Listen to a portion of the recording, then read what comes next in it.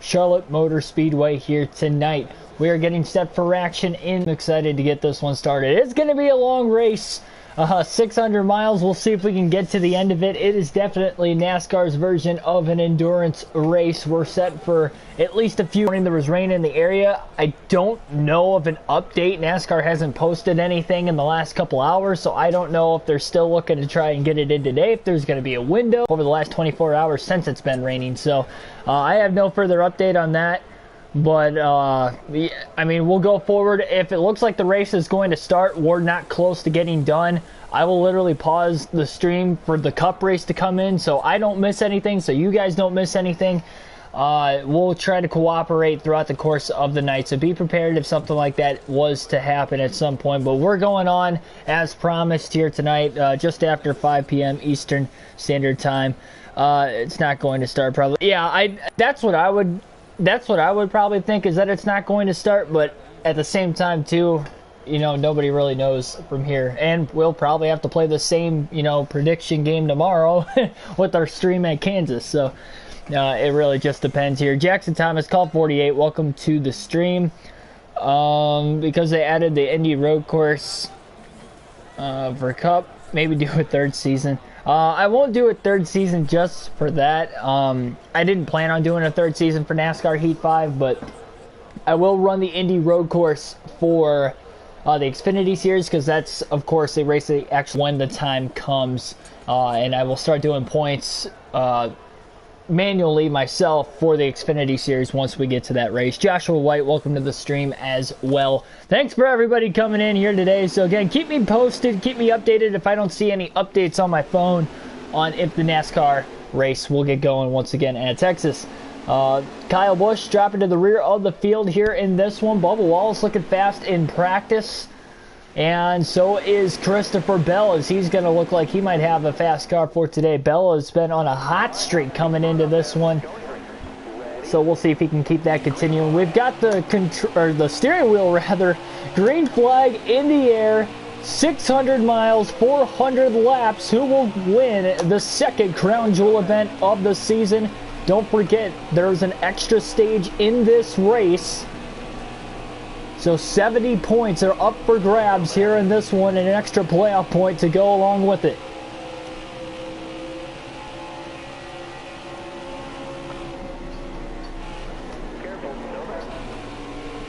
Oh man, Kyle Busch got really tight, stuck in line behind both Blaney and Joey Gase. 3 wide now through the front stretch, going back into turn 1. Front of the field, Christopher Bell leads lap 1 in the Coke 600. Kyle Busch shoving Ryan Blaney through turns 1 and 2.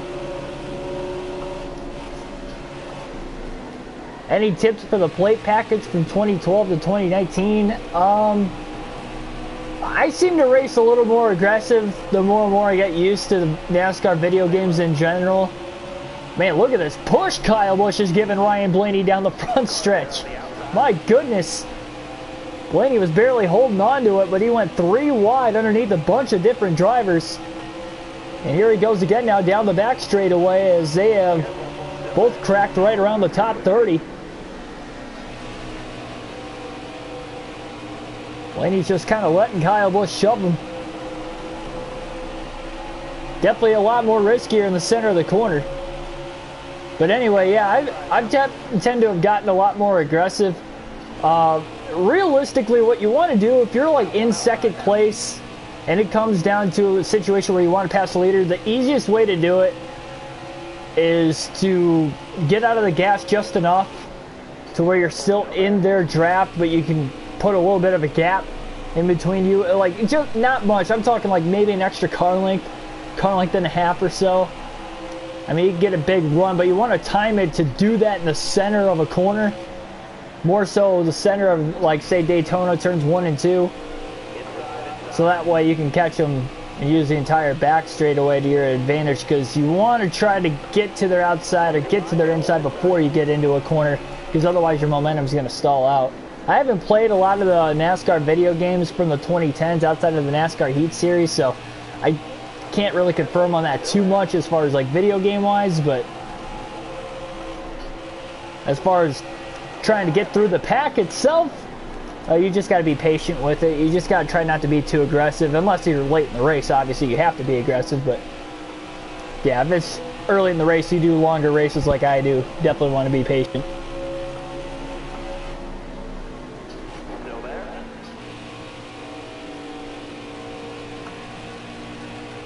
Yes, I do remember eating Kyle in the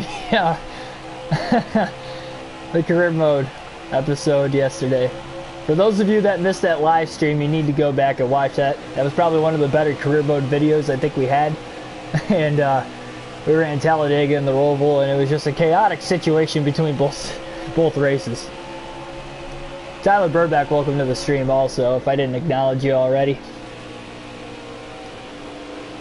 Yeah, it is. I mean, it's supposed to... I did see that. It's supposed to have rain in the forecast for Fort Worth, Texas up until Thursday. So I don't know what they're going to do. I'll just have to keep an eye out on it. If they get just a couple-hour window to get the race in, they'll try to do it. Ross Chastain going to give Ryan Blaney a shove now. Almost 10 laps into the race already, so off to a pretty quick start here tonight. This race starting in the daytime, and it will end in the nighttime as things go forward. And it's kind of coincidental with the start time that I had for this, because it's going to be about the same way.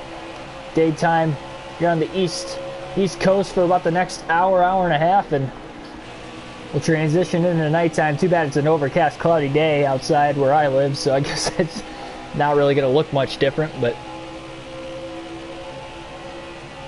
Blaney trying to work himself through the field of cars. Daniel Suarez in the 96, that patriotic paint scheme with Gaunt Brothers Racing. Blaney looks to his inside for 26, easily going to get around him on the front stretch here. And Kyle Busch is just sawing through this field right now. He's about to move into the top 20. On the outside of, I believe, Brad Keselowski up there, who's off to not so hot of a start today. I believe that is Keselowski. It's either Keselowski or DiBenedetto, and it's kind of hard to tell from this far back.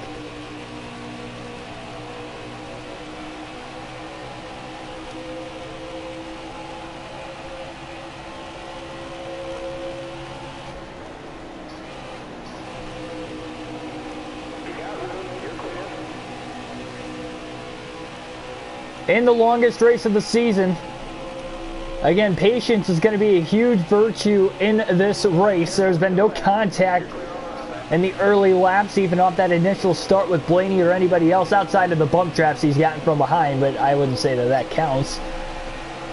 And he's running the inside line, although the outside could be the better line here at Charlotte.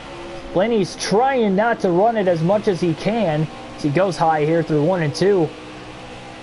But that's because he had Clinton Boyer on the inside of him. Boyer moves up, Blaney back down to the bottom. We don't want to get into the wall, risk wrecking it this early in the race. Keep all the fenders on it. His track position is going to be a huge portion of how this race carries on, especially knowing that there's an extra stage on the line. That is more significant with being halfway through the regular season, knowing that we have a tense battle for that regular season championship on the line coming into play here today. Ryan Blaney is the points leader, but only by 5 points over Denny Hamlin. Then Brad Keselowski is 10 points off of Blaney in third. Fourth place is Kyle Busch, 38 points back of Blaney. And the fifth place car of Martin Truex Jr. is 50 points back. So the top 5 are all within one race of each other, and have a mathematical possibility of even Truex back in 5th taking the points lead at the end of the night. And especially with that extra stage on the line, I wouldn't be surprised if something like that were to happen. So for all 5 of those drivers, they need to make it to the end of this race, because I would not be surprised if this is the race that really dictates who will be the real drivers racing for that regular season championship and those additional 15 playoff points. Not going to lie, the beginning of this Cup Series season is looking a lot like our Xfinity Series season back in Season 1 when we did the custom schedule. And that was a heck of a season, and it came down to the last couple laps of the last race of the season to decide the champion. And the same goes for Darlington, the race before that, which was the final race of the round of 8. We could have that same situation on this season. That could be pretty fun as this carries forward.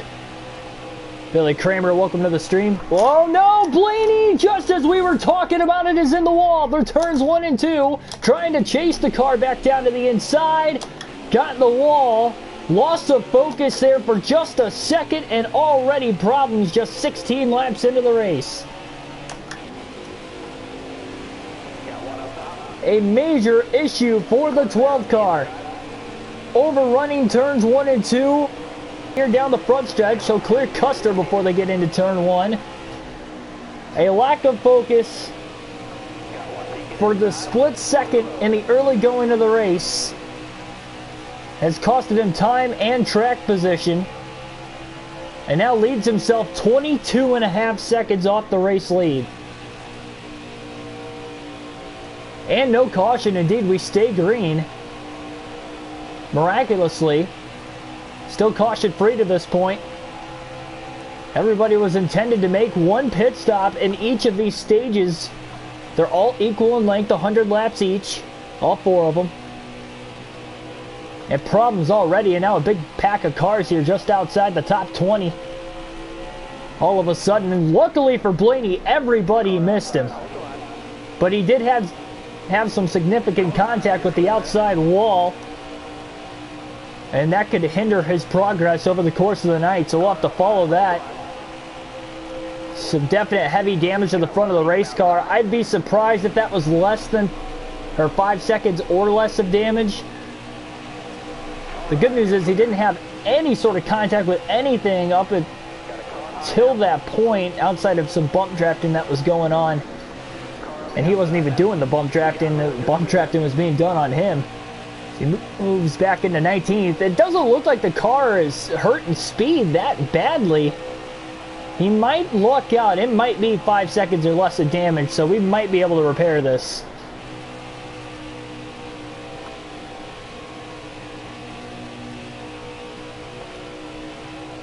Can only hope for the best at this point. Some major issues early in this race. And we'll just have to see how that's going to affect the outcome of this race going forward. Still going to battle hard and try to get any sort of stage points he can the rest of the night, but already put behind the 8 ball.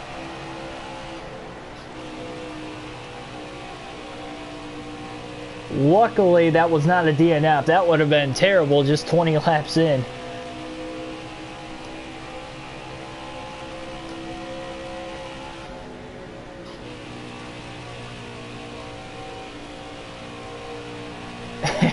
NASCAR officials may have been snoozing on that one. 11 people watching currently. Thanks for everybody tuning in here this afternoon. If you're waiting for the NASCAR Cup Series race to come on, more than welcome to join the stream, and hit that subscribe button if you're new to the channel for more daily NASCAR content. We do these full race live streams on the daily, realistic broadcasts, and today we've got the Coke 600 for this championship mode season. Now Blaney is cutting into that lead. Lap traffic could be a factor in that, of course, but he's 19 seconds off the lead. He was about 22.5 seconds off the lead when he spun about 8 laps ago already. Remember, that was back at lap 15, so lap 23 currently. Leader's coming to 24 this time by, so already a quarter of the way roughly through stage 1. Still no pit stops.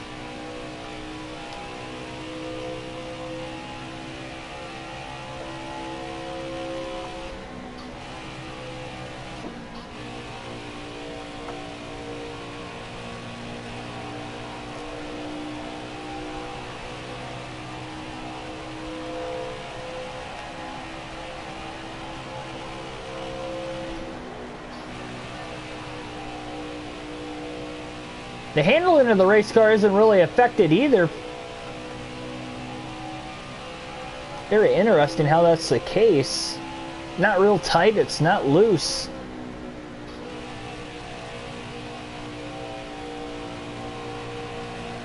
It's already having the makings for a long race as it was before we even started this one today, and this damage could make it a lot longer for this 12 team.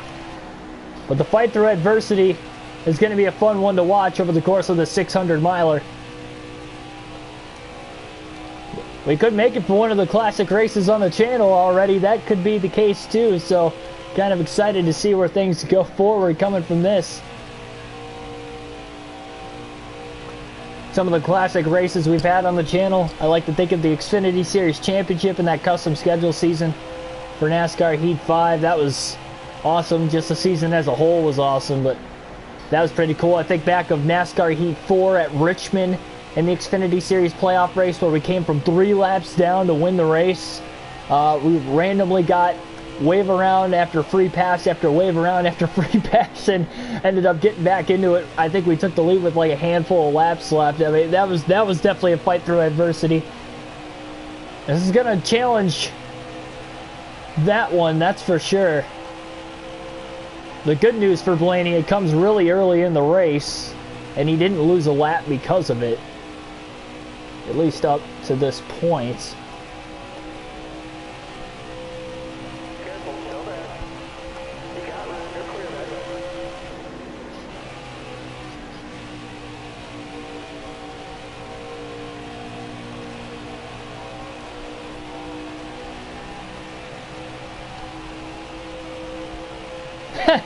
Hopefully that's not the headline called. That's what the Charlotte newspapers are going to read tomorrow if we don't make this a fight.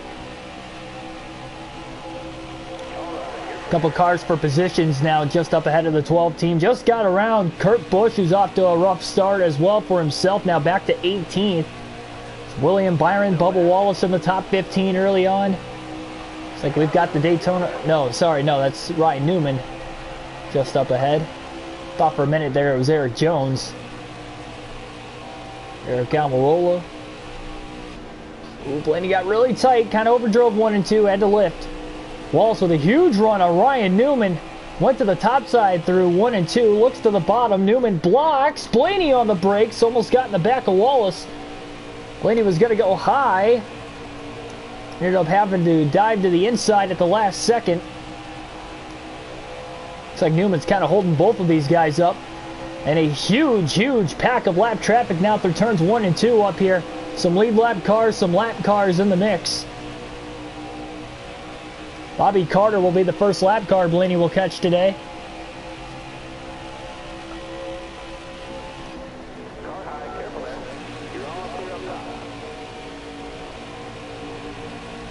It's really showing the strong speed inside this number 12 Ford Mustang. Going to be interesting to see how the stage will be dissected.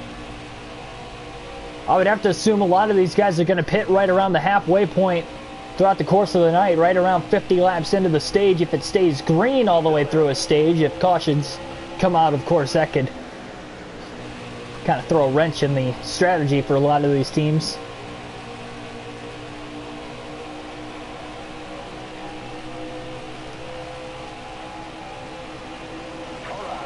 A lot of the strategy with Jimmy Johnson and Chad Knaus in the mid-2000s when Jimmy was dominating the Coke 600s was they like to dissect this race into 150-mile segments into 4 quarters of a race. And really the first quarter, the first 2 quarters were about survival and then go forward from there before they really start to press their strategy. And sure enough, now NASCAR kind of does the breaking of the race themselves with the 150-mile markers, but I can remember that from watching back when I used to watch NASCAR Race Hub, when it was probably a little better than what it is now, arguably. I think most people can agree with that, but that was back when it was on Speed Channel still. And they used to have Chad Knaus on there like every week, every other week. I can remember him always talking about when the Coke 600 came around, that was always one thing he would always break down, like, yeah, that was part to our early success. But then he was talking about how, like, the racing changed and everything else, so they can't really do that anymore. But again, with the stages, that's pretty much how you have to look at it. Take it one stage at a time, 1 quarter of the race at a time. Blaney's driving 3 and 4, almost a little too sharply at times. Kind of got caught behind BJ McLeod there in 8th. McLeod off to a good start. We've seen him have a couple good races over the course of the season. He's now back to 9th place, but he's got a couple top 10s this year. Remember, he won a stage back at Phoenix in the 4th race of the season. Haven't seen that kind of speed out of him since. Ethan, welcome to the stream. And Meese, welcome to the stream also. 14 people watching currently. Thanks for everybody coming in here on a Monday afternoon. I think a lot of the reason for one, the cup race isn't on, but for two, I think you guys are like, this guy's really doing 600 miles of NASCAR Heat 5 action. That's Charlotte, and I answer you the question, yes. Yes, I am. But not just for your guys' entertainment, for mine as well. Excited to tackle the challenge using the steering wheel, of course, for this race also. And here's Kyle Busch. Remember, Busch started last at the rear of the field. Blaney started second to last in that 39th position. They're battling for 7th now on the racetrack as Blaney's going to get to the inside of this number 18. Oh, he starts to slide. Had to lift a little bit. He's diamonding off the center of the corner, but not intentionally. And that caused the car to slide up the racetrack there. And he will get around him for the 7th position. So Blaney still charging through the field. He's still 13.5 seconds off the lead despite being in 7th. So don't let the positions fool you with how far behind the race lead he still is. Rod G, welcome to the stream. Let's see if we can break the record for the most people watching the stream tonight. We're at 15 currently. And it's still the first quarter of this race, so you never know. We could be on the horizon of breaking that. The record is 39. And that was for the Charlotte Roval. Or no, that was the Talladega Xfinity Championship, I believe. Now I'm kind of rethinking about it. The Roval did have it for a little bit there, but I think we ended up overtaking it with that Xfinity Championship race. Black Ace, welcome to the stream. Ultimate Everything, welcome.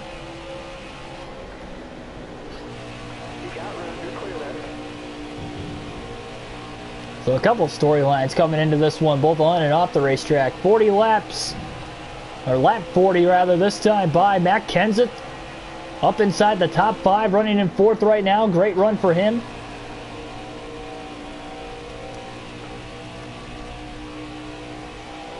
Oh man, Blaney pulled up to clear Quinn Houff a little early there. He about clipped himself into the wall. Still carried enough momentum down the back straightaway despite the contact, and he's got to run on Hamlin to his outside. And now into the top 5 for the first time tonight for the 12 team. Almost halfway through stage 1, so we'll have to see. The pit window is open for drivers to make it to the end of stage 1. Can make it about 60 laps on a full tank of fuel. So we'll have to see if we might have some guys coming down to kind of break the strategy up a little bit.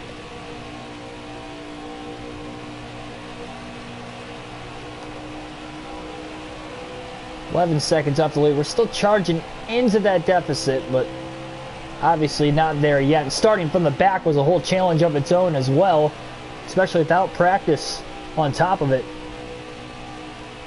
Daytona 500 winner Eric Jones already a lap down in the early going of the race. Trying to get around Paul Menard here. Matt Kenseth just closes up to the back bumper of both of those cars ahead of him. Blaney to the inside. Oh, contact with DiBenedetto. He got tight in the center of the corner again. Just kind of slid up into him, but he couldn't get out of the gas in time. I'm quite surprised that that damage is not really slowing this 12 car down a lot. You almost wonder how fast of a car it could be without the damage.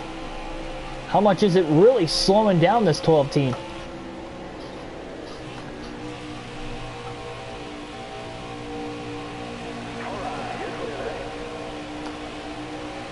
See fellow Penske driver in second right now, Joey Logano.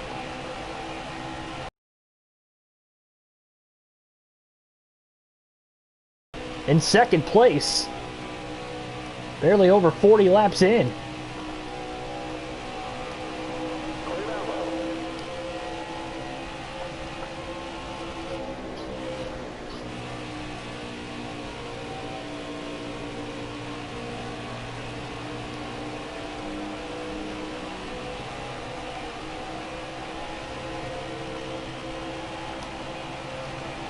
And there is Kevin Harvick in third place.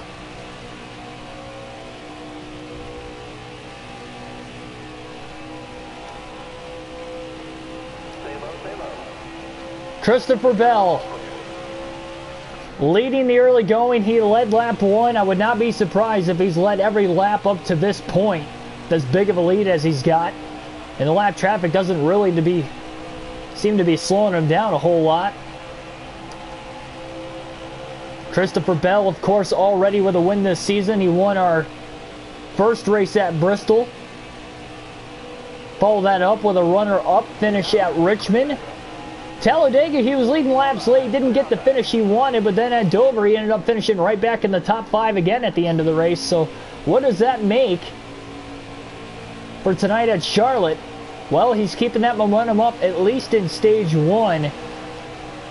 Really looking like by far the best rookie so far in the early going of this season. Pretty much light years ahead of what Tyler Reddick and Cole Custer have been doing.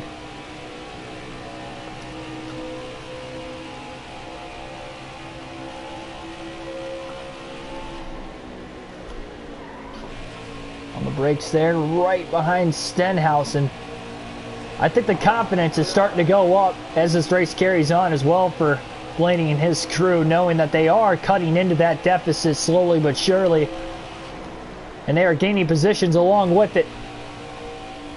Thought he might have had a run to the outside, but once the lap cars moved out of Logano's way, he was able to get through there pretty well. Blaney ran just a tad bit higher, and that's going to give him enough of a run now down the back straightaway. And clears Logano into turn 3 for second place. Now the highest running Ford and the highest running Penske driver on the racetrack is Ryan Blaney up to second.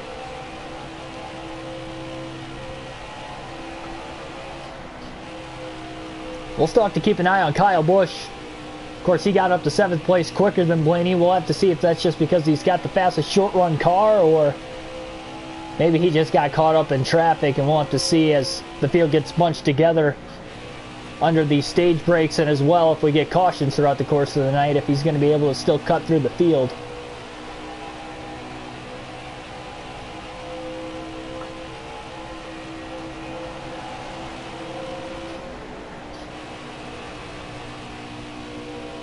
R6, welcome to the stream.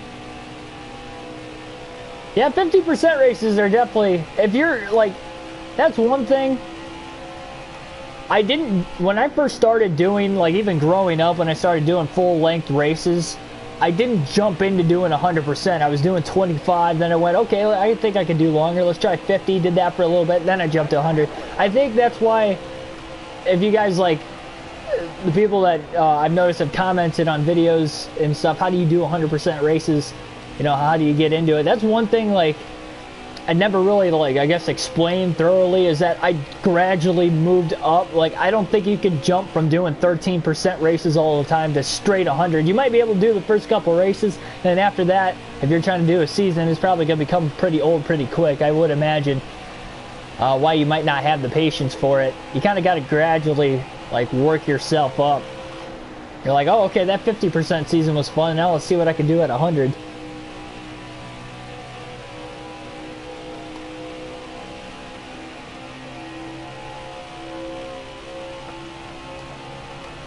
Just sliding underneath William Byron. So these guys did not split the stage in half. We are just past halfway through stage 1. Blaney is closing in on the race lead. It has taken him almost the entire race to this point. Well, it has taken him the entire race to this point, and almost the entire fuel run with it. I'll have to see if he can actually get to the lead before they pit. We don't know what kind of a short run car he's going to have, especially with the speed being taken out of it up to this point as well.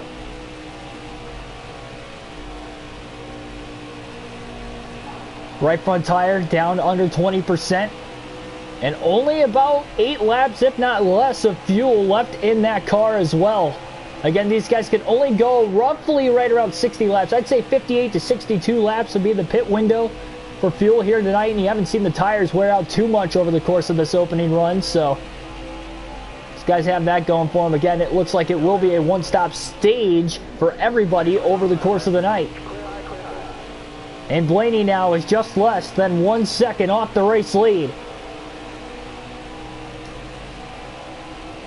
It has been a gradual climb, but I think it's a lot quicker than what he and I'm sure all of us as a whole expected. After that lap 15 incident on equal tires nonetheless, only 13 cars already on the lead lap. Boy, Christopher Bell's lapped a lot of cars, but his biggest competitor might have just caught him, and that is Ryan Blaney off of turn 4. The huge run. Bell couldn't even block it. Blaney will lead his first lap of the race at lap 56. That time by. Oh, and now he's caught behind Michael McDowell, and Blaney gets down to the bottom just in front of Christopher Bell. Slides up the racetrack. Bell with the crossover. The 3 wide contact with Blaney and McDowell in the outside wall off of turn 2. Bell takes the lead again. Blaney falters back. And Christopher Bell now get a short pit as he comes down onto pit road. Blaney will pit this time by. Not to give him a huge advantage, but that 1 lap is going to be probably enough to get Bell back in the race lead. Blaney is hustling around the track. He will come to pit road this time by.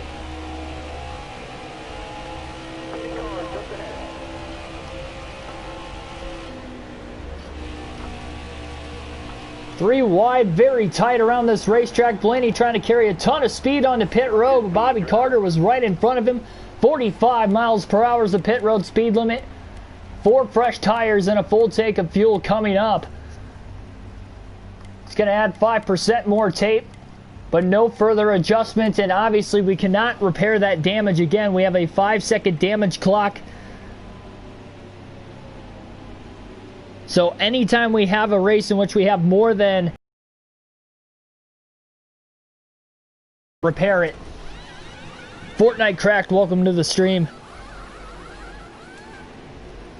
Early going to the race here in this one. 15 people watching currently. Hit that like button down below. We're only up to 7 likes.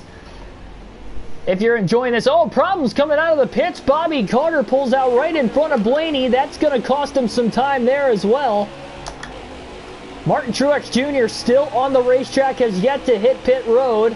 And Christopher Bell now will take over the race lead easily. I expected that was going to be the case. He pitted a lap before Blaney, and you could see even that 1 lap advantage. He came in with a 1-second lead. He'll come out with about a 2-second lead as Blaney drifts way up the track. Byron shoots to the inside underneath the 10 and the 12 car. How much longer can Martin Truex go on fuel before he has to hit pit road? I don't think he would have pitted already, unless he might have went fuel only, but I don't think he can make it on tires either. So we'll have to see when Martin Truex Jr. hits the pits, but that will give the lead to Christopher Bell when the time comes.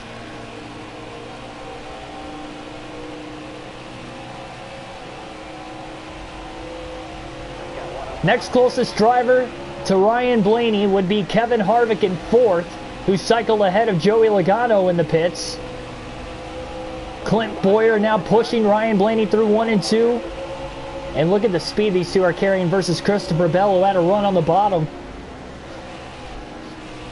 And Bell is starting to pull away from Blaney. You can definitely tell Christopher Bell's got a fast, short run car, and Blaney's likely going to fall back. We'll see if he can maybe catch him again by the end of the stage. Blaney only led 1 lap.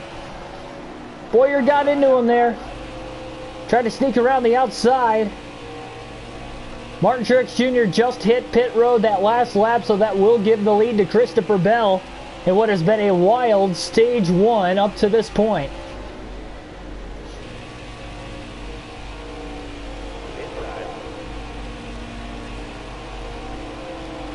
There goes Logano up to 2nd. Kevin Harvick up to 3rd. Blaney moving backwards. He's got 9 seconds back to Kenseth in 5th. So this should be about as far back as he's going to fall in the early going of the run. Harvick, Logano trying to scramble around the lap cars. More cars still coming out of the pits. Blaney's in the wall again off of turn 2. There's Truex, who is a lap down now after staying out really long compared to everybody else. Stayed out just as long as the back marker cars. Blaney really tight on the short run with this damage. He wasn't like that at the very beginning of the race.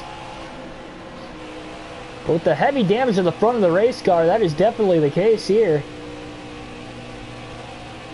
That is going to make for these much higher tense situations when we're packed together, especially on restarts if we have those going forward. Obviously, we know we're going to have at least 3 of them. He's got to make sure he doesn't get in an accident, because even the slightest of hit to the front of his race car might knock him out the rest of the night.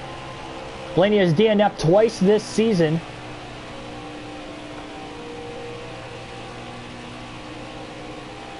Texas and Martinsville. Martinsville, of course, being the last race that we have ran.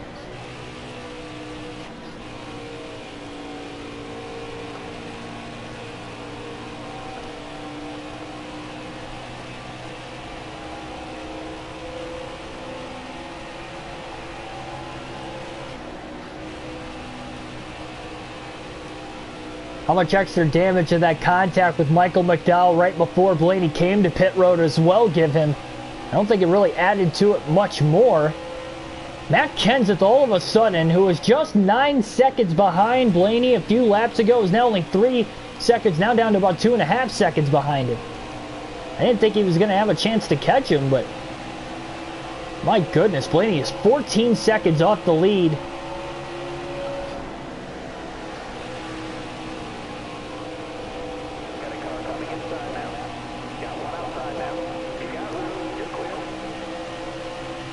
Trying not to let anybody else pass him, but he's probably having to lift a lot more compared to everybody else with how tight the race car is right now. But that's something he's going to have to deal with the rest of the night with that damage.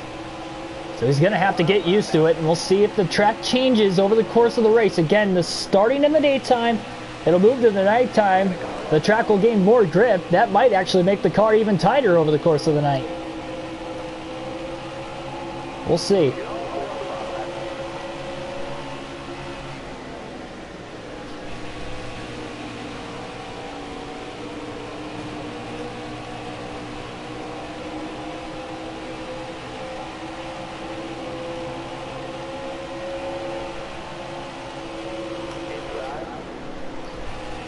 Kurt Busch diving to the inside of Blaney, not for position, but Kenseth is coming. He is now less than a second behind Blaney. Blaney getting a run to the back of the one car now of Kurt Busch again. Kurt right in front of him. Here's Ryan Preece now. Blaney has to go high off of turn 4 to get around Kurt Busch.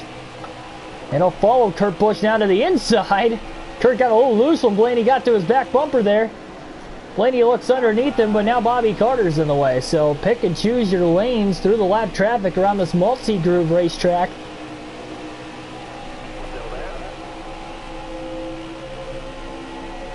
And Kenseth now within a couple car lengths of the 12 car. Stuck behind Bobby Carter in turns 3 and 4. That'll give Blaney a little more clearance to hang on to 4th. And Denny Hamlin in 6th now is less than a second behind Blaney in 4th. That is unbelievable. Fairly equal tires for everybody. Blaney pitted about a lap after everybody, so of the leaders at least.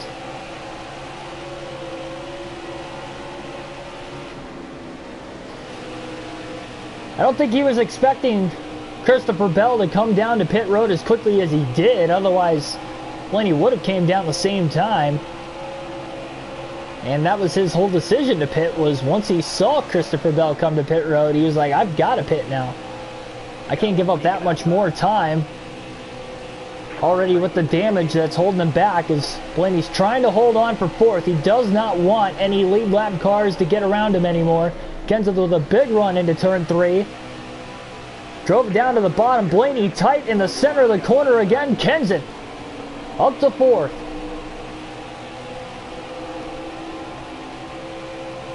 Timmy Hill all over the back of Blaney now down the front straightaway. He didn't want him to get around, but I don't think he had any other choice. Kenseth was just really fast at this point in the run. Blaney's back to 19 seconds off the lead. He came from 22 and a half back, but does he have enough laps to catch Bell by the end of the stage? I don't know. Well, that's going to be the story of the night if we have nothing but long green flag runs, is Blaney's going to catch these guys, but it's not going to take until the very end of the run before he catches them. The race leader, that is, if it's still Christopher Bell. Obviously, a lot can dictate between now and the end of the race who is going to even be contending for the win. Blaney using the lap car as a pick. He'll get right back around Kenseth for fourth. Chad Fincham got in Kenseth's way, and Blaney just shot to the inside of both of them.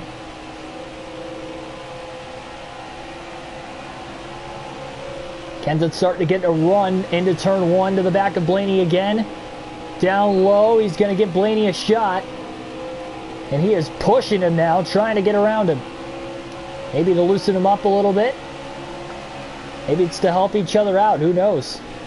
Maybe a little bit of both. I'll help him out if he gets loose. I'll just slide right under him is probably what Kenseth's thinking.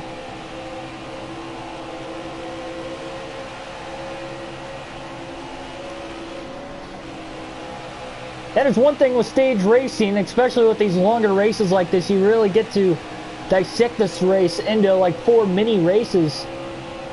Obviously with the 4th stage meaning a lot more than these first 3, but knowing how tight this points battle is,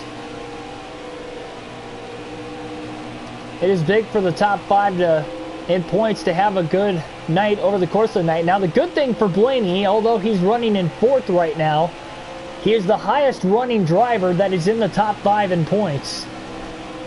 Again, the drivers he's racing would be Hamlin, who is the next closest in points. He's only 5 points below him. Then Keselowski minus 10, Kyle Busch minus 38, and Martin Truex Jr. minus 50. So those are the 5 guys he's keeping an eye on over the course of the night.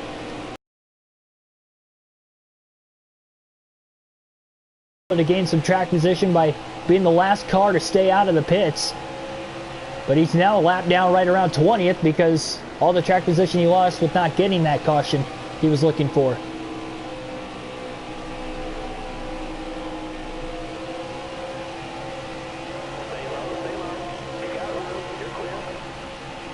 Kenseth got caught right beside the 00 of Quinn Houff.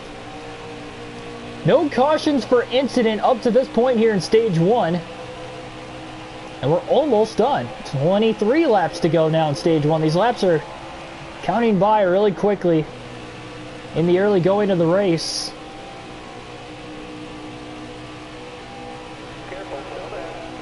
Clint Boyer off to a rough start back at 25th. I don't think any thought he was going to be maybe not contending for the win anyway, but certainly not that far back in the field this early on.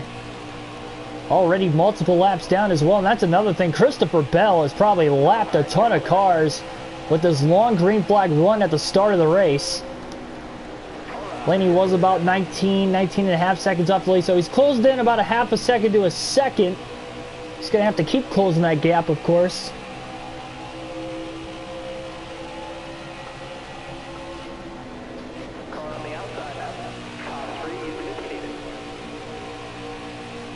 Yeah, we started this race just before 5:30 p.m. Eastern Standard Time, so we'll have to see.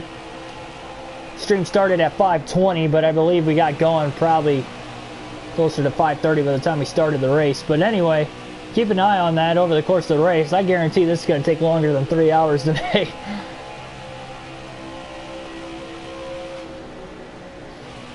Good news is we're off to a quick start at the race pace. Cautions aren't slowing the race down at all.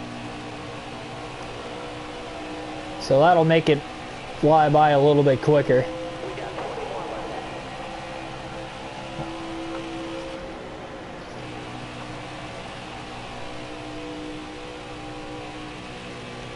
See, those caution-filled Coke 600s are the ones that really take the longest when they take about...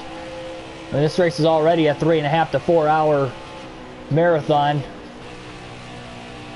You get a ton of cautions involved. Those are the longer races. Then you're talking about 4.5 hours to 5 hours even in some cases, depending on how many cautions fly over the course of a race. But Usually you don't see a lot of cautions. This one's probably closer to that 3.5 hour mark.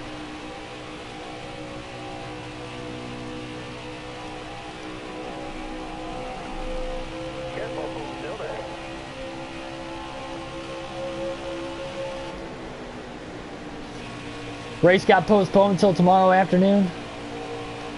You got a time on that one, Joshua, or?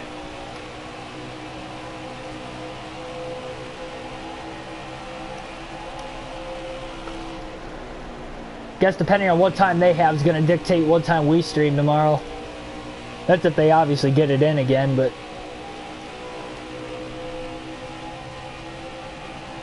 just have to see. Only time's going to tell really when they're actually going to be able to get that race in.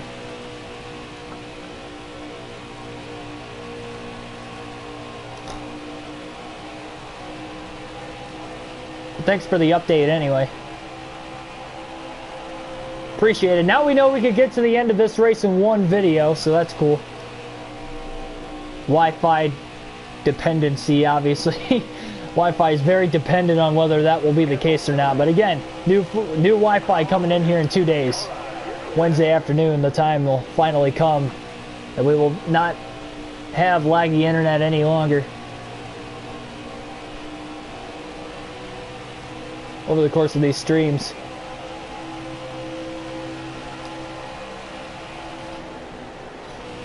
2 p.m. Eastern Standard Time.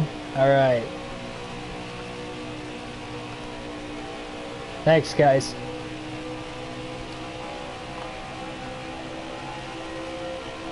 Yeah, so we'll probably shoot if they start if they start on time. We'll just get this started after the race, about a half hour after the race or so, after I can do the post-race analysis video and get that all prepped and ready to go, and then we'll stream.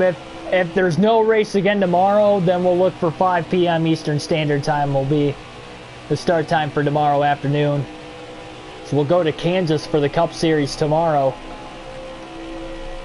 Kansas has put on a lot of great races over the last couple seasons, especially.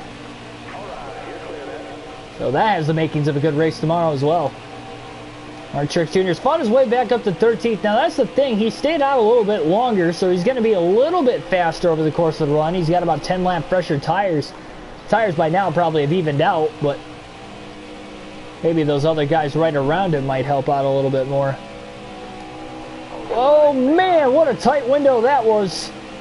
Ryan Preece and Martin Truex Jr. Blaney had to go 3 wide up the middle off of turn 2 to get around them both. And Blaney has caught Harvick now for 3rd. He'll get around him at the line. 13 laps to go in stage 1. Can he catch the 2 leaders? He's now just 12 seconds off of Christopher Bell. He's going to have to pick up that pace quite a bit if he's going to catch him. He will get to Logano in 2nd if it stays green to the end, but he might need a caution to catch Bell.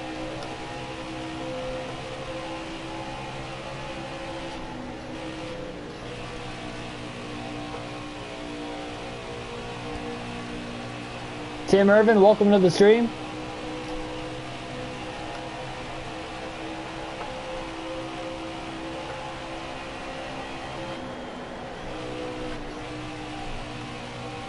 Here's Alex Bowman. There's Jimmy Johnson, 7-time champion. A little up ahead. Where Blaney's at right now, he's a lap down at least, 2 laps down at least in the 21st spot, so not a great start for him tonight either. He's right around that playoff bubble coming into this race. And there's Logano. He's got heavy lap traffic in 2nd place. Just in front of him, Logano's going to catch him here. Christopher Bell has a 10-second lead over Joey Logano. Bell is absolutely dominating this race. He led all but 1 lap up until the green flag stops, and then when Truex stayed out longer than everybody else, Bell's really led all but about 10 laps in this race because of it. But Ryan Blaney led 1 lap before Bell came to pit road, and then he led that next lap after because Blaney stayed out a lap longer. So Blaney's only led 2 laps here in stage 1. It has been all Christopher Bell in this opening stage of the race, and he's looking to get another playoff point to add to the season. Again, he is locked in with that win at Bristol. So that stage point could go a long way in dictating how far the rookie Christopher Bell can maybe make it through the playoffs. Blaney will get around Logano here. In turns 3 and 4 now for second place. A lot of lap traffic still between the 95 and the 12 car as well. 9 to go.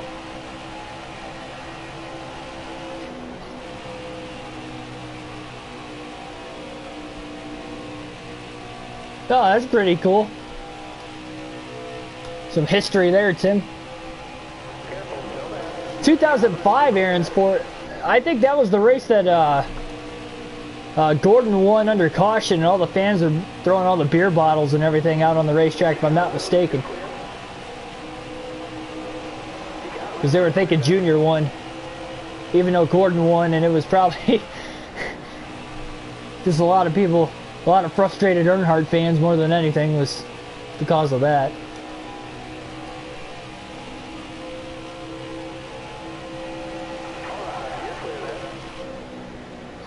Blaney again, he is closing in on Bell, and he'll continue to close into the end of the stage, but is he going to have enough time to get him? Man, it's going to be close. 7 to go. He's 8 seconds back. I don't think he's pacing quickly enough, but lap traffic could cost Bell enough time that Blaney can catch him. That's really the only way Blaney's going to get to him. And obviously these guys needed to stay green as well. And oh, BJ McLeod. He was in 8th there for a little bit. He's back to 10th. He's got some damage to the front of his race car, and you wonder if that might be slowing him down just a tad bit. He's a lap down now. I wonder who that free pass car is, but whoever it is, they're in the top 10.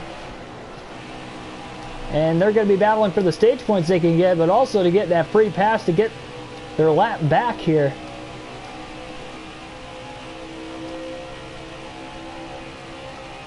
So we have the capability here of going caution-free through stage 1 of the Coke 600. The first quarter of the race without a caution for incident. That would be 100 laps, by the way. Around a 1.5 mile racetrack. Balls being thrown towards everybody's way, especially this 12 of Blaney as we ride along with them over the course of the race. That's definitely made for an exciting opening stage of the race, and could be setting up for a big finish here as well.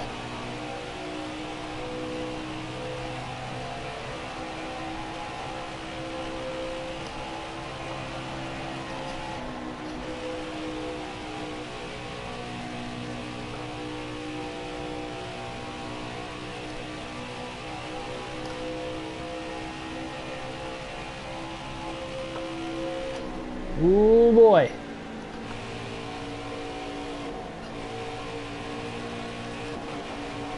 Oh man, Blaney right to the back of Kurt Busch. He was pushing hard.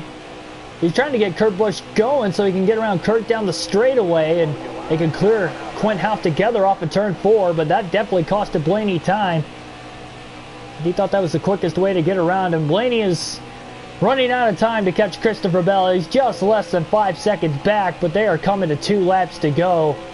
And he is just not going to catch him. Christopher Bell, class act here in stage 1. Barring a miracle, is going to win the opening stage of the Coke 600. And he has by far put himself as the guy to beat early on. But we'll see if he can continue that going forward, because now everybody on the lead lap will be right along with him on the next restart.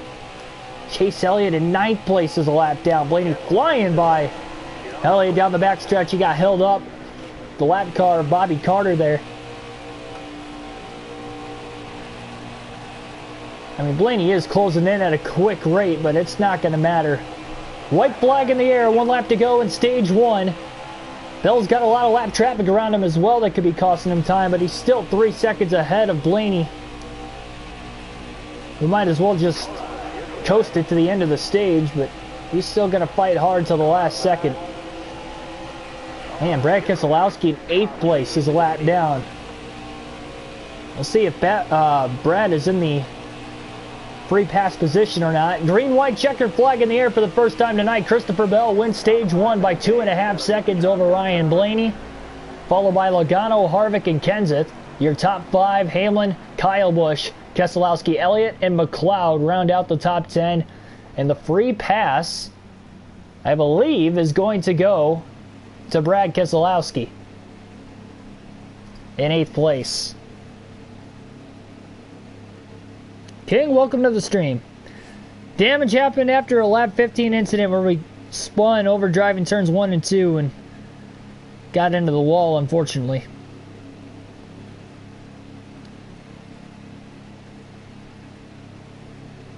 Nice, Mies.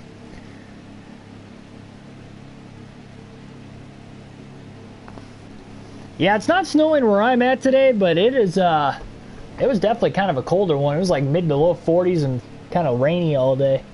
Rain made it cold, too. I still went golfing. I actually played pretty good despite not feeling my hands for about half the holes, but that's besides the point.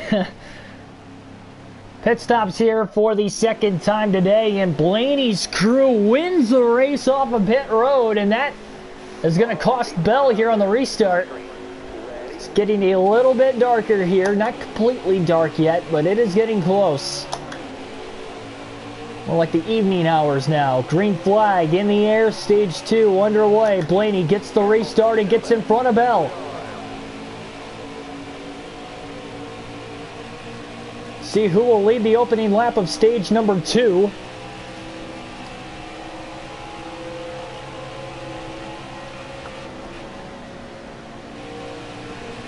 And Christopher Bell coming on the outside. Blaney goes high to block Bell off of turn 4, giving Logano the lead.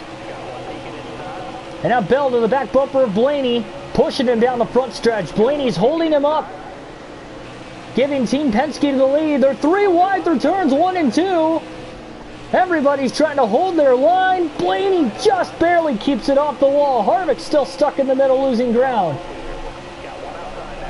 That costed Bell a lot of time, but Blaney figured that was his best chance to get to the lead again in this stage is by giving his teammate the lead. And Harvick is just getting sandwiched. And now Blaney's in the middle, right around Busch and Boyer as he gets out of the gas to let him go. A handful here as Blaney drops backwards to start the stage. Contact with Bowman. Blaney trying to get out of everybody's way. He knows he's slow with the damage in the front of his race car, but he's going to have that the rest of the night. Contact now with Almirola. Remember, this is the first restart Blaney has had since the damage, because we did not get a caution for incident at all. Boy, McLeod's falling back too now. Big push by Newman. In the wall again. Down the track into Cole Custer.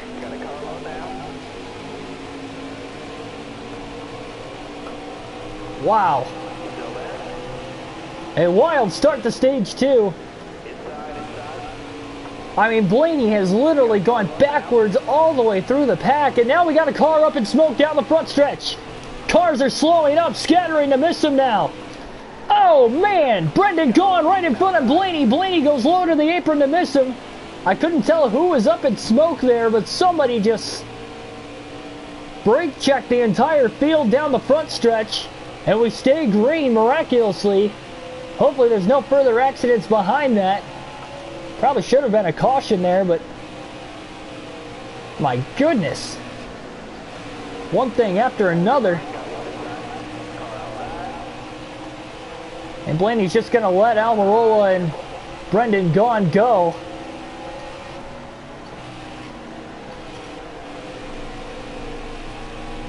No need to race these guys right now. He's trying to let everybody else go, but he was stuck on the outside there for a while, and he couldn't get down to the bottom, but now Newman's giving Blaney a shot. Going here through turns 3 and 4. Newman right back to his back bumper again. And that car has made it to pit road. That is up in smoke. But again, we stay green, and now Newman will get underneath the 12 car. Comes Almirola. Brendan Gaughan right back to the bottom again. Here comes David Reagan from behind.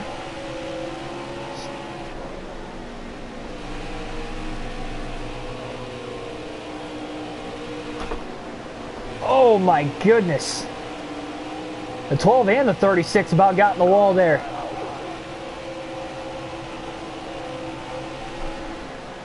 47 of Stenhouse now has caught these two.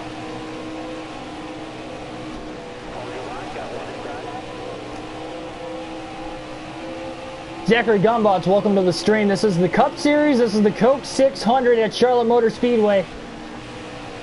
Second crown jewel race of the season, the longest race of the season, NASCAR's version of an endurance race. We are in stage 2 right now. After a wild stage 1 and an even wilder start to stage 2. Blaney's gone absolutely backwards, but it was probably for the best to try to get out of everybody's way and just let him go by him. He's 17 seconds off the lead. Sadia, welcome to the stream as well.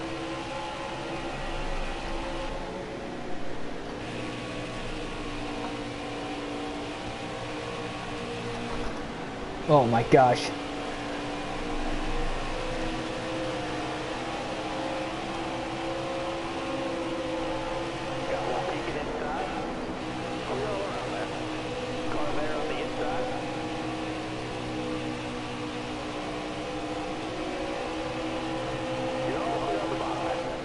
Caution.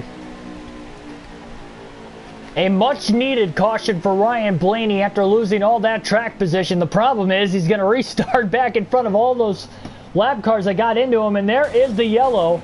Alex Bowman has crashed in turns 3 and 4, bringing out the first caution for incident.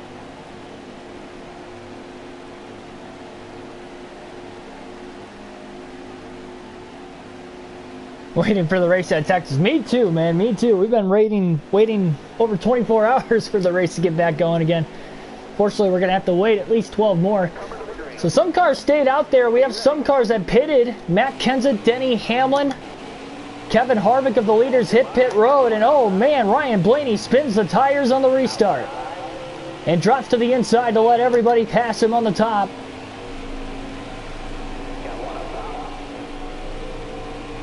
He did not take off there at all.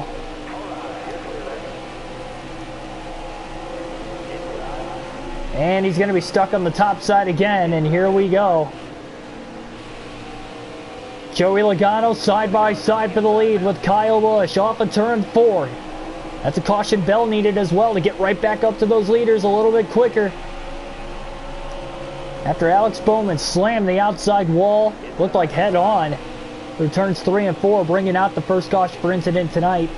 William Byron's all over the 12 car, and Bowman is still on the racetrack. So it looks like he's repaired that damage with his crew.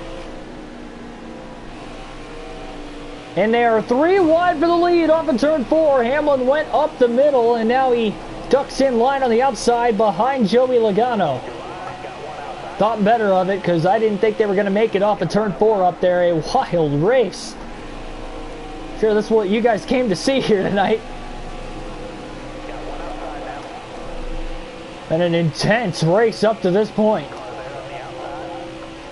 I think a lot more intense than what we thought the first 2 stages were going to go in this one. Oh boy, Byron got loose on the top.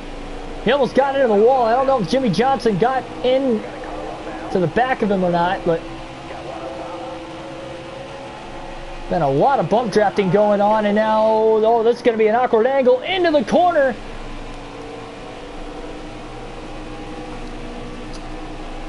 Man, oh man.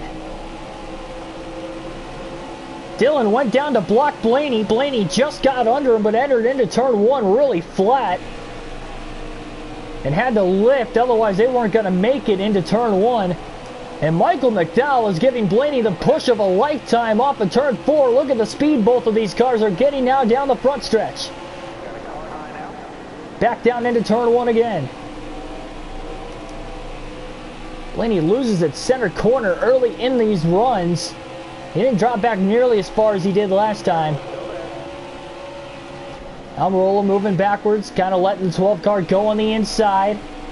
Notice that him and the 34 were getting huge runs, and now the 34 moves under the 12 off of turn 4. Blaney going to give Corey LaJoie a shove on the outside to get to the outside of Martin Truex Jr.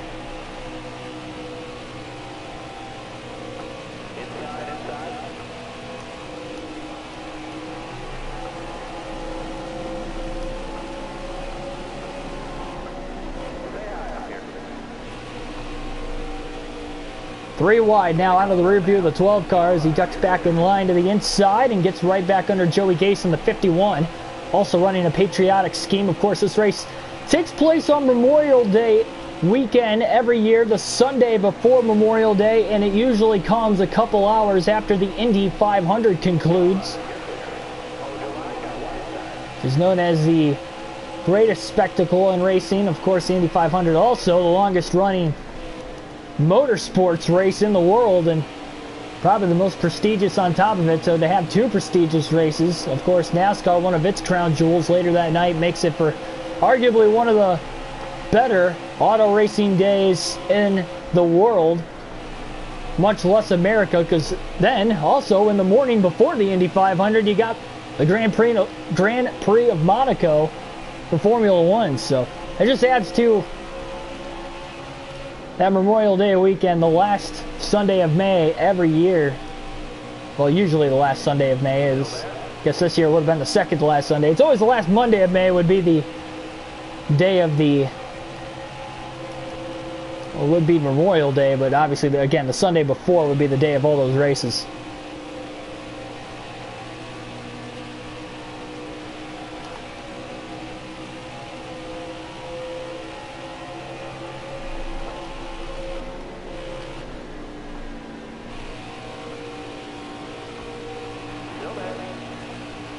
And he slides right underneath Tyler Reddick.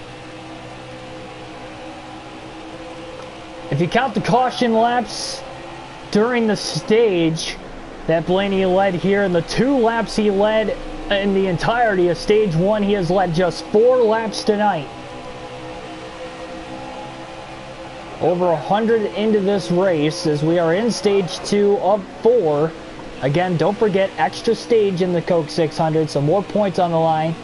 Christopher Bell won stage 1. We finished second here with Ryan Blaney, so about 2.5 seconds off the lead. Bell has had the fastest car in the early going of the race. He's still in the top 5 despite losing ground on the initial restart. That was caused because of his pit crew losing him a spot on pit road. Blaney's crew won the race off pit road. Restarted them in the lead there, and that costed Bell track position. Blaney went high to block Bell, let his teammate Joey Logano go to the inside, and that gave Team Penske the lead to start the the second stage of the race. So a little bit of teamwork there, to say the least.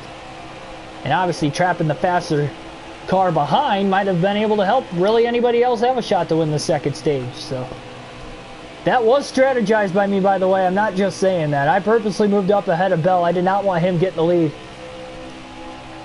And of course now, after that first caution for incident about 10 laps into the stage, we had some drivers take tires, 3 of which that were on the lead lap.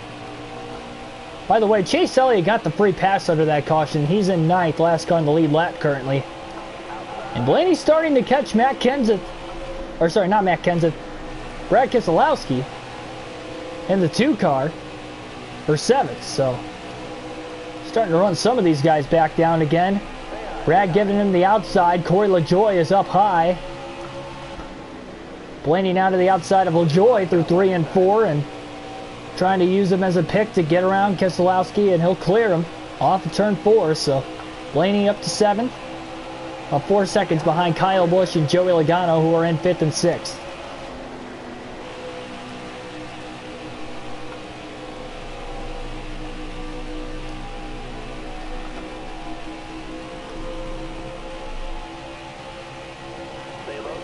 Blaney 3 wide to the bottom. Underneath De Benedetto, Jimmy Johnson. We caught Eric Jones in a bad spot. He couldn't quite get back to the gas when he wanted to, and now he gets underneath him. By the end of the front stretch, drives it in deep into turn 1, and he'll clear him off of turn 2. So slowly trying to get through the field. He is 8.5 seconds off the lead still. And Bell was not one of those cars, or one of those drivers that hit pit road under that last caution, so he might have very well lost another chance to take the lead. We know Logano, who restarted in the lead, is back to 5th.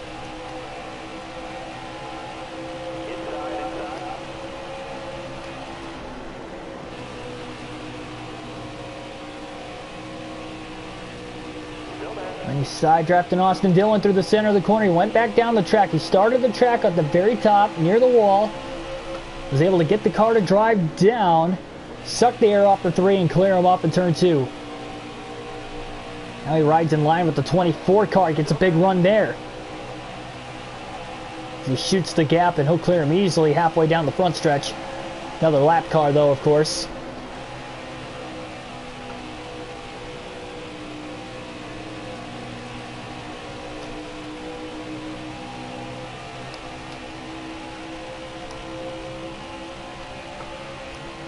No, I don't really go to like haunted houses and stuff. I went to Cedar Point like I want to say like 4 or 5 years ago. They have like a Halloween Weekends event there, like every October they have it. I don't know how they're doing it this year with COVID. I know they opened back up midway through the summer, but it was like limited capacity and stuff too. So I don't know if they're doing anything like that this year. I really don't know, but normally they would have like a bunch of haunted houses like on top of all the roller coasters that are already there, so they really deck it out for Halloween. I went there for the first time and only time like 4 or 5 years ago. It was alright. I thought it was pretty cool.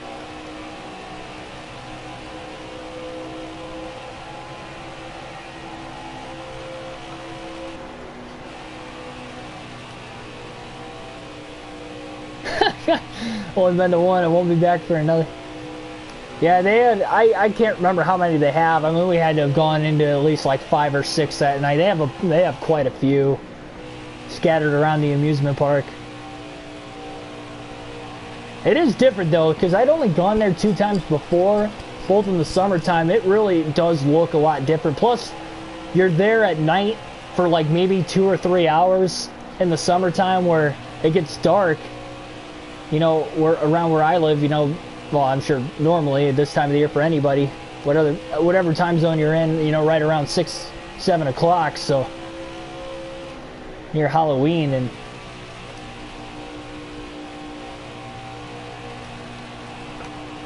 nighttime at the amusement park for an extra couple hours on top of what you would have been before if you ever stayed there at night. But yeah, it's pretty cool. Oh, the race is at 12 tomorrow? Gotcha. Yeah, we'll still shoot for 5 o'clock then tomorrow. 5 p.m. Eastern Standard Time. Kansas Cup race on the channel, NASCAR Heat 5. But yeah, it should be a lot of fun. In on Kyle Busch now for 6th. Logano, you can see him in 5th. Not too far ahead. Maybe a little over a half second ahead of Kyle Busch right now as Blaney pulls up. He clears Newman. He got the draft of Kyle Busch there.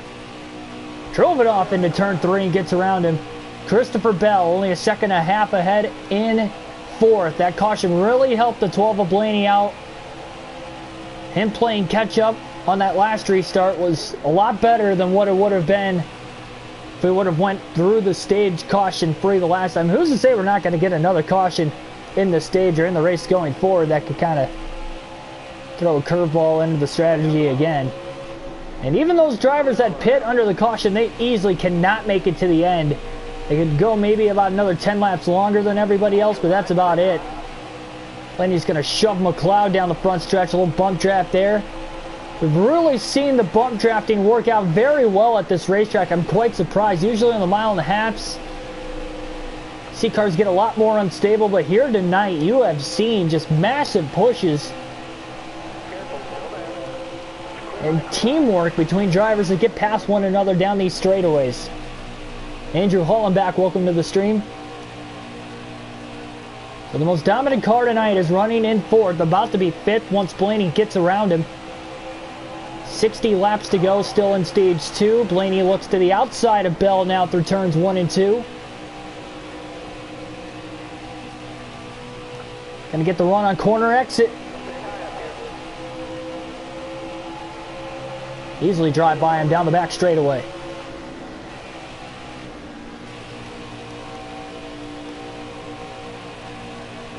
So Kevin Harvick is the race leader,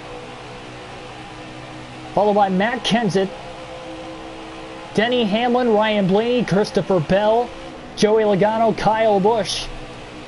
back through 7th place. Keselowski 8th. Chase Elliott should still be in 9th. And BJ McLeod rounds out the top 10. Or sorry, no, he's back to 12th. I don't know who's that 10th place car. But whoever the case is, they're in the free pass position, whoever is in 10th, because 9 cars are currently on the lead lap.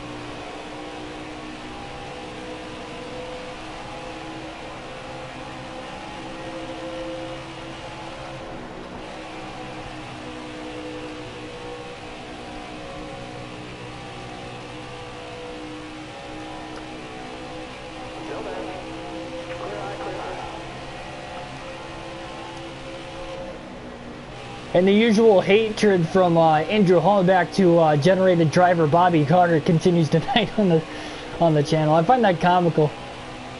You're not the only one though, Andrew. I've seen it from a couple people on the channel. A couple of the regulars.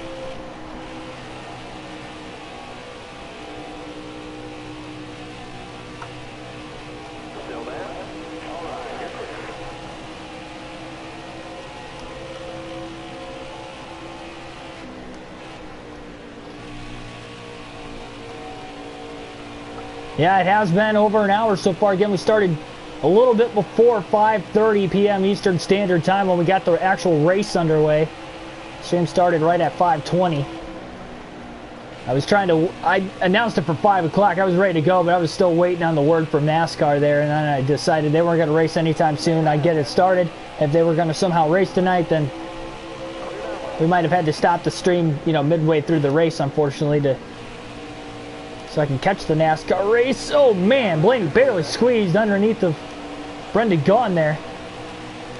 And he also moves up to 3rd, passing Denny Hamlin down the backstretch that lap. Almost halfway now through stage 2 in about 5 laps.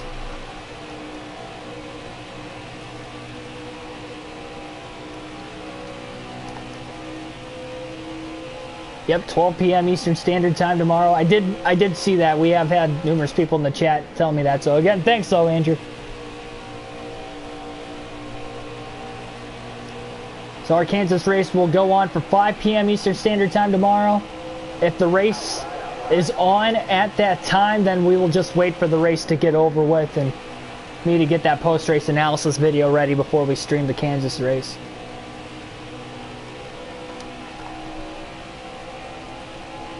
And he drops low to the inside of Kenseth into turn 3.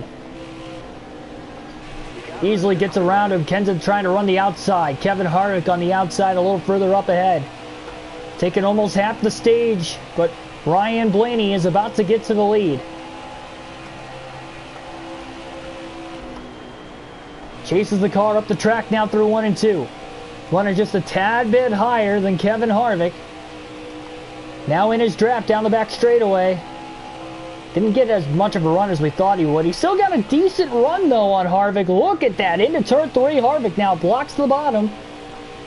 Gonna try to make Blaney pass him on the outside. Lap car in the way of David Reagan. And Reagan just had nowhere to go there with the 2 leaders running side by side. Blaney will take the lead, using him as a pick to get around Harvick.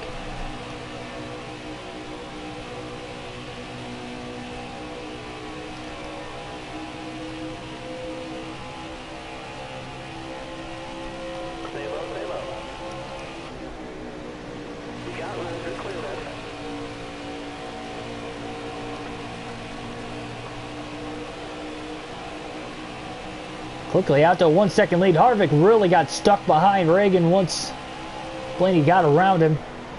Blaney just got a faster car at this point of the run though. But pit stops will be nearing in about 15 to 20 laps.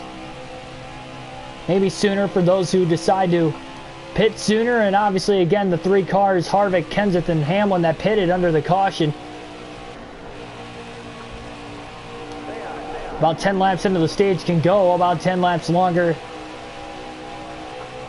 than guys like Blaney, Bell, and everybody else that stayed out of the pits under that first and only caution for incident up to this point.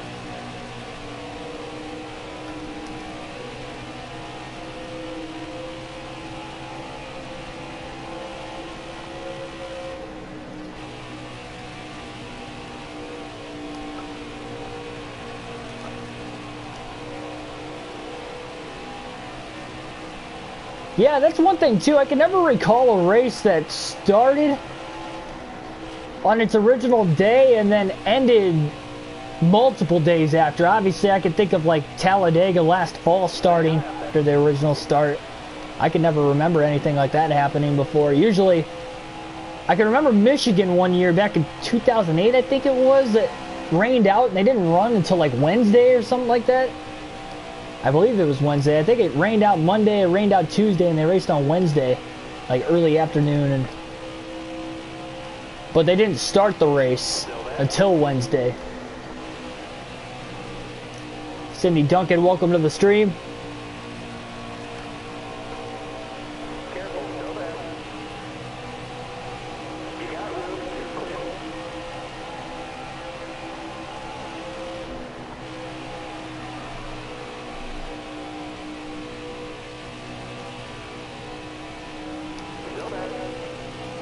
Blaney out to about a 5.5 second lead on Harvick. I think the big guy you're looking at though right now is Christopher Bell, although he's in 5th, 8 seconds back now. He is going to be the favorite to win the stage. Remember, Blaney tried to run him down after he went caution-free through stage 1. At the timing of the pit stops getting split up, they couldn't catch him. Nobody could. Bell easily went on to win stage 1 by a couple seconds at least there, 2.5 to be exact. And we're going to have to anticipate that when everybody cycles through these pit stops, Bell is going to run down Blaney. He's going to run down those guys that are ahead of him once he gets those fresh tires, and he should cycle into the lead. But how far out ahead is he going to come? And will Blaney from that point be able to win the stage?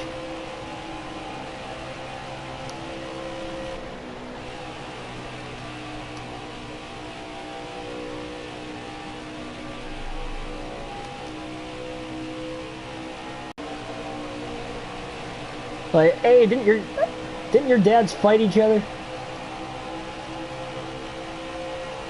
That'd be insane. I can see those kids having arguments all the time too. Whose dad's better? I can just see that being Denny and Joey's kids. Amari P, welcome to the stream.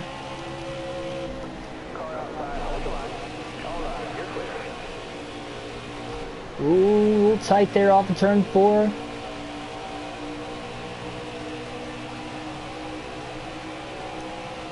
.43 laps to go, stage number 2.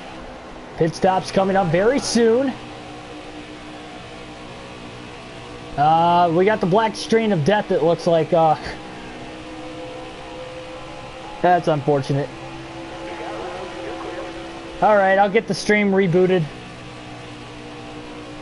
Let me get to a straightaway and let me get to the back straightaway and we'll restart the stream. Sorry for that, everybody. Again, Wi-Fi issues, but also remember, I'm getting highest speed of spectrum in my area on Wednesday, so we will not have these issues again. It might be a YouTube issue, but I'm thinking it's the internet because my internet's just been terrible. Well, for a long time, but it's been even worse since like a couple weeks ago, really. So yeah, okay, I'll restart the stream here and be prepared. Just keep refreshing the actual channel page and you guys will be able to get back here in a couple minutes. Sorry for that.